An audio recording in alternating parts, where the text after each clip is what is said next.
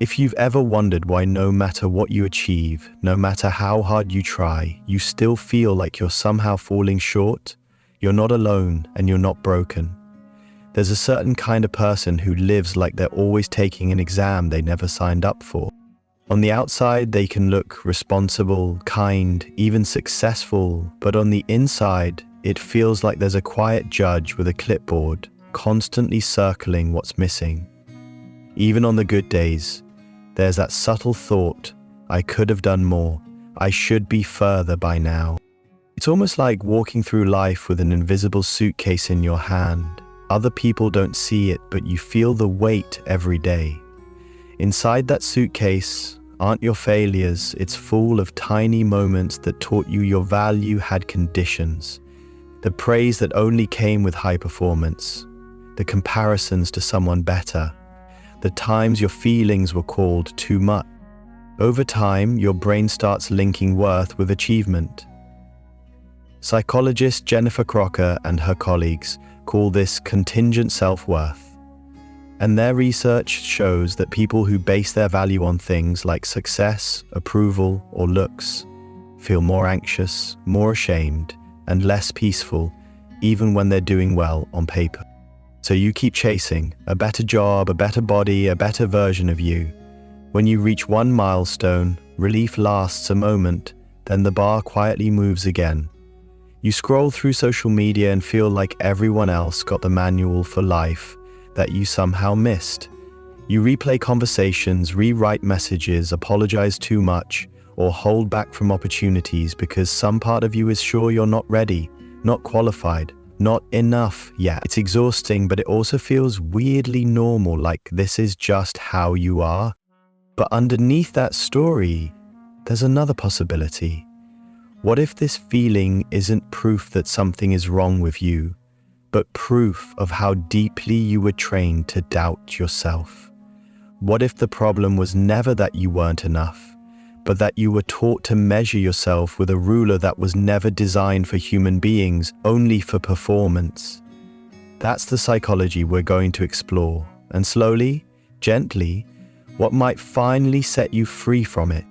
If you've ever wondered why this feeling follows you no matter how hard you try, the truth is this. It didn't start in adulthood. It didn't begin in your job, your relationships, or your failures. For many of us, the belief that we're not enough began long before we had the words to describe it. It began in childhood, in the quiet spaces where we learned how the world responds to us and what we had to do to feel safe, seen, or loved. Some of us grew up in homes where love felt conditional. Maybe your parents praised you when you achieved something, but pulled away when you struggled. Maybe they compared you to a sibling, a cousin, or the kid next door, who always seemed to do everything better. As children, we don't understand nuance. We don't say, my parents are stressed, or they weren't given the tools to love deeply. Instead, we internalize a simpler, harsher story. If I'm not perfect, I'm not enough. Research from the University of California shows that children who receive inconsistent emotional validation develop lower self-worth as adults, no matter how successful they eventually become. Others learnt not enough through silence, not criticism. Maybe no one said you were failing, but no one told you that you were doing well either. No one celebrated your effort. No one reflected your worth back to you. Emotional neglect doesn't leave bruises, but it leaves a blueprint. You learn to read people's moods, to overperform, to avoid burdening anyone, and without noticing, you start believing that you must earn the right to be loved simply because you never experienced love freely given. For some of us, not enough formed in the moments we tried to stay safe.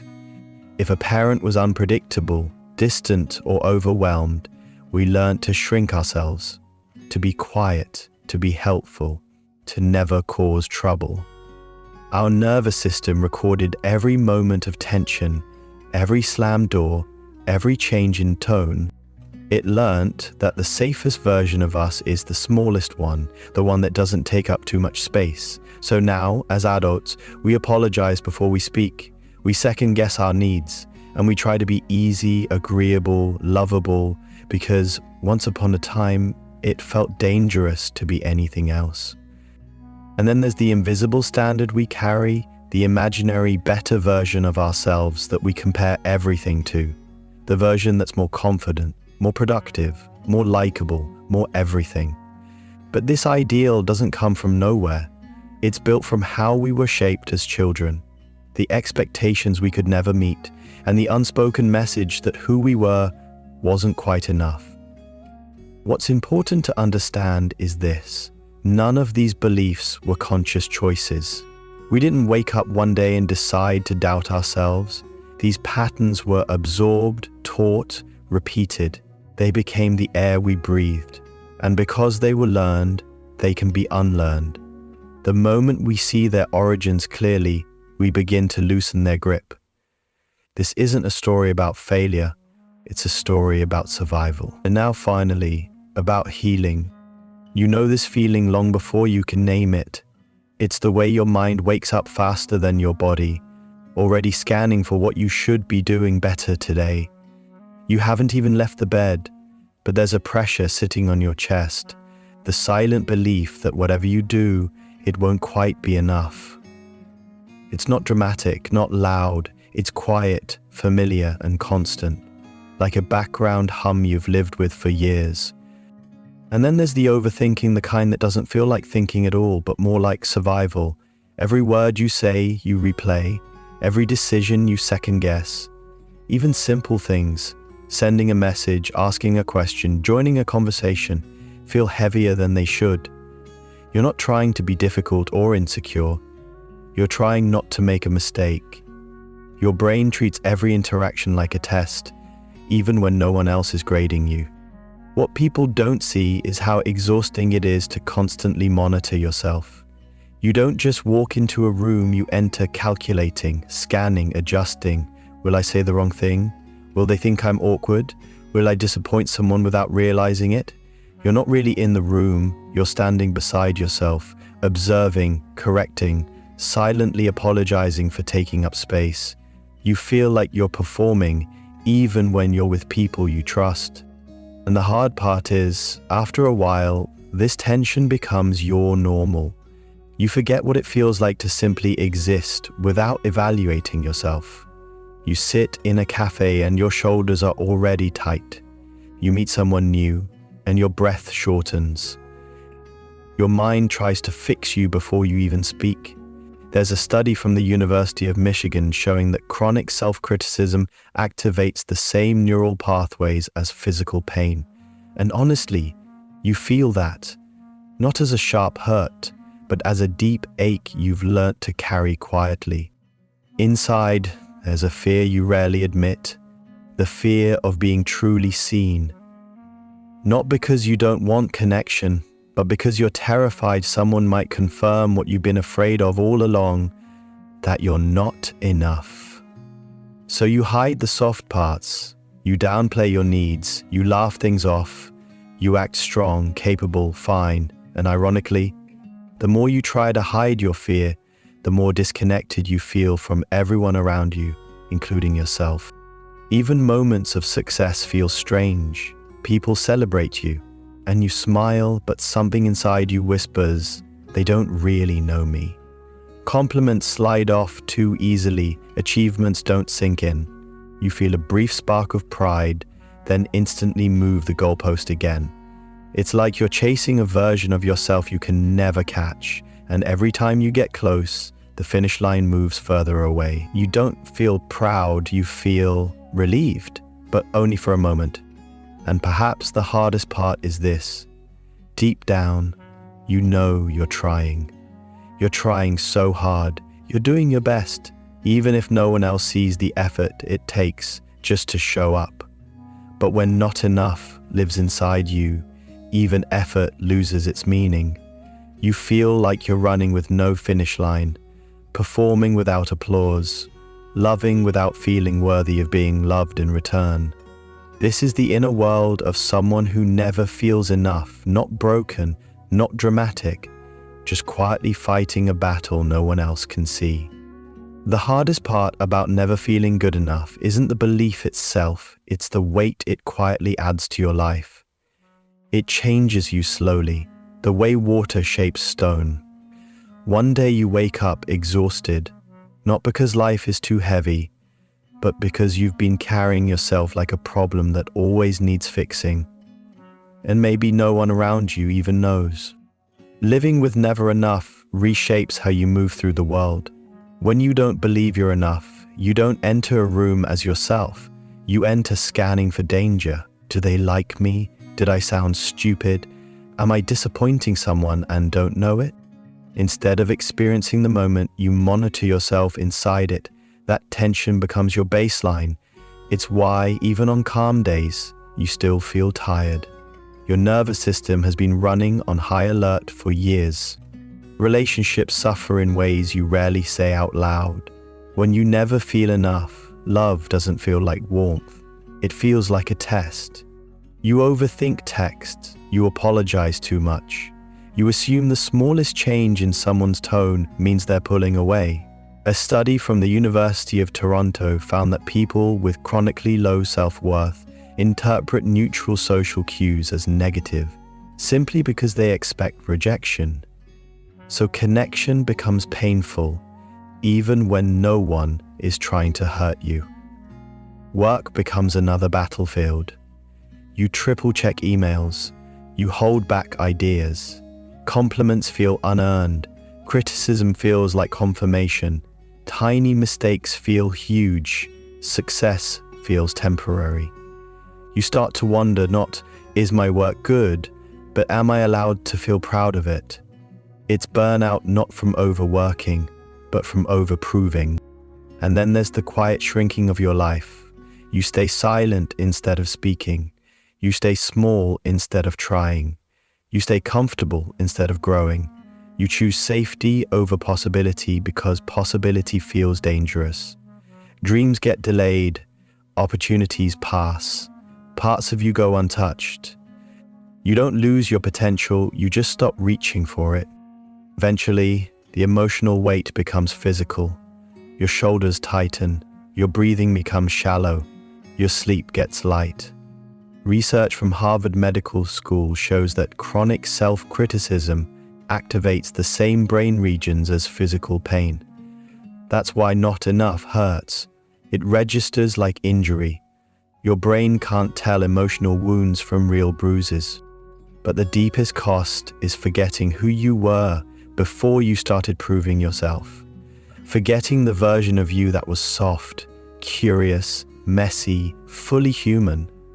Forgetting that you were born enough long before anyone taught you otherwise. The good news? The moment you see the cost clearly, you stop paying it unconsciously. Awareness is the first crack in the armor, and through that crack, healing starts to breathe again. There's a moment in every healing journey that doesn't feel dramatic, but it changes everything. It's not when you suddenly feel confident. It's not when the voice disappears. It's when for the first time you pause and ask, whose voice is this really?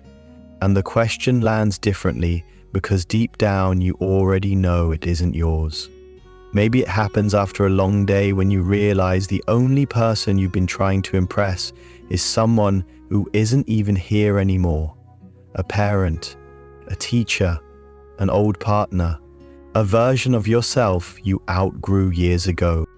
Maybe it happens in the middle of a conversation when someone says, "You're being too hard on yourself," and something inside you finally believes them.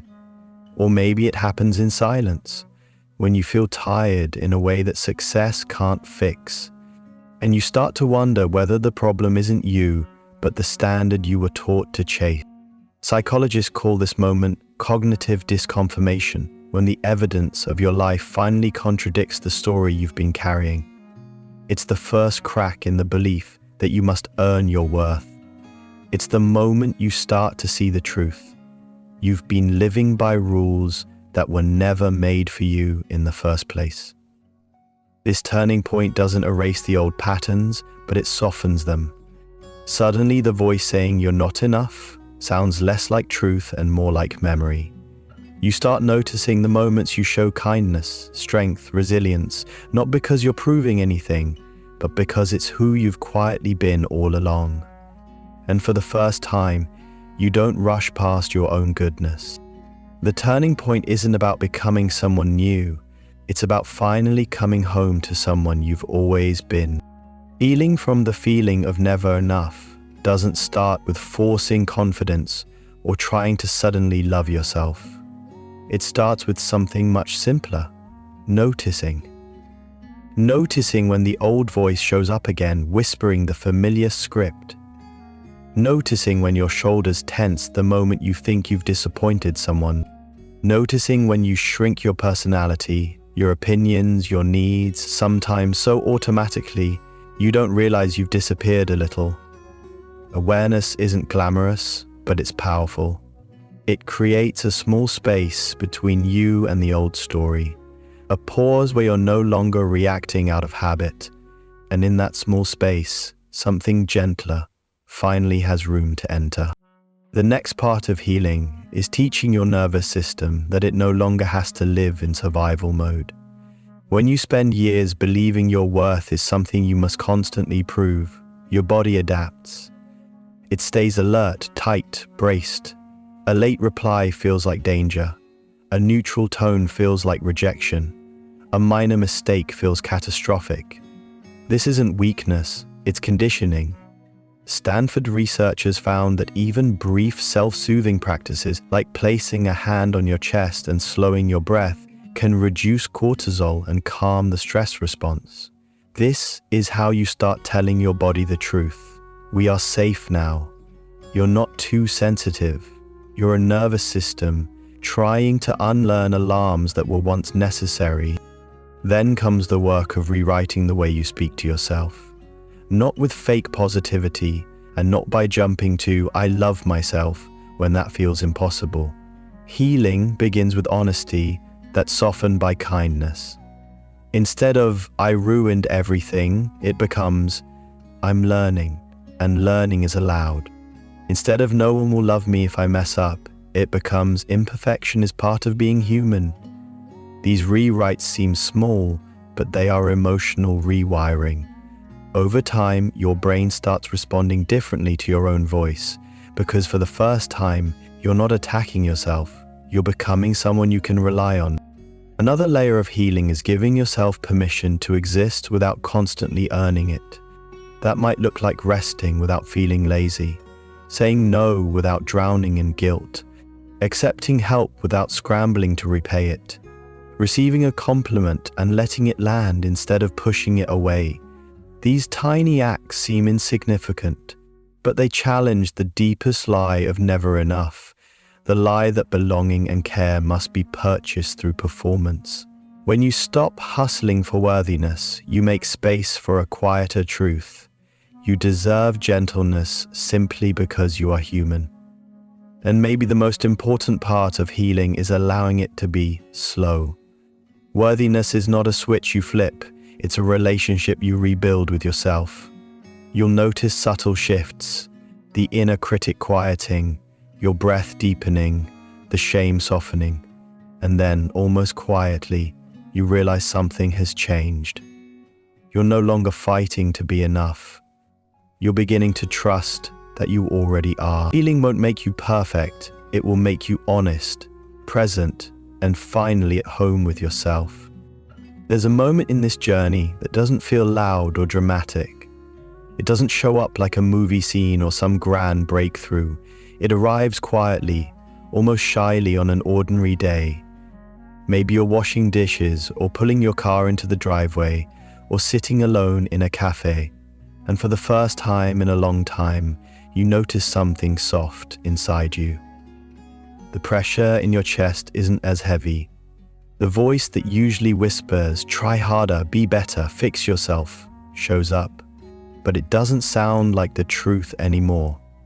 It sounds like an echo of a past you're finally outgrowing. What changes here isn't perfection, it's perspective. You begin to realize you don't need to earn your worth. You don't need to audition for belonging. You don't need to perform for love. And the strange thing is, nothing on the outside changes. Your job is still your job. Your relationships are still your relationships. Your past is still your past. But the way you hold yourself shifts. You stop treating yourself like a project to fix and start treating yourself like a person to care for. And that shifts everything. Suddenly you speak up not to impress anyone, but simply because your voice deserves space. You rest not because you earned it, but because your body needs it. You walk away from people who drain you, not out of anger, but out of self-respect. These small decisions don't feel dramatic, but they are. They're the signs that your identity is no longer built on fear. Even on the days when the old voice returns, it doesn't control you the way it used to. You see it for what it is, a memory, not a fact. A wound, not a warning. A reflection of where you came from, not who you are now. And that recognition alone is freedom. The kind of freedom that doesn't shout, but quietly expands inside you. Because feeling enough isn't about becoming a different person. It's about coming home to the person you've always been beneath the noise. Someone worthy. Someone whole. Someone already deserving of gentleness, love, rest, and possibility. Someone who finally knows that enough was never something to chase. It was something to remember. In the end, feeling enough isn't a destination, it's a practice, a quiet promise you make to yourself every day to live with a little more softness, a little more honesty, a little more presence. If this message resonated with you, stay with this journey. Let's keep learning, healing, and growing together. And if you want more stories, more psychology, more reminders that you're not alone, feel free to subscribe and come back anytime. Your healing has a home here.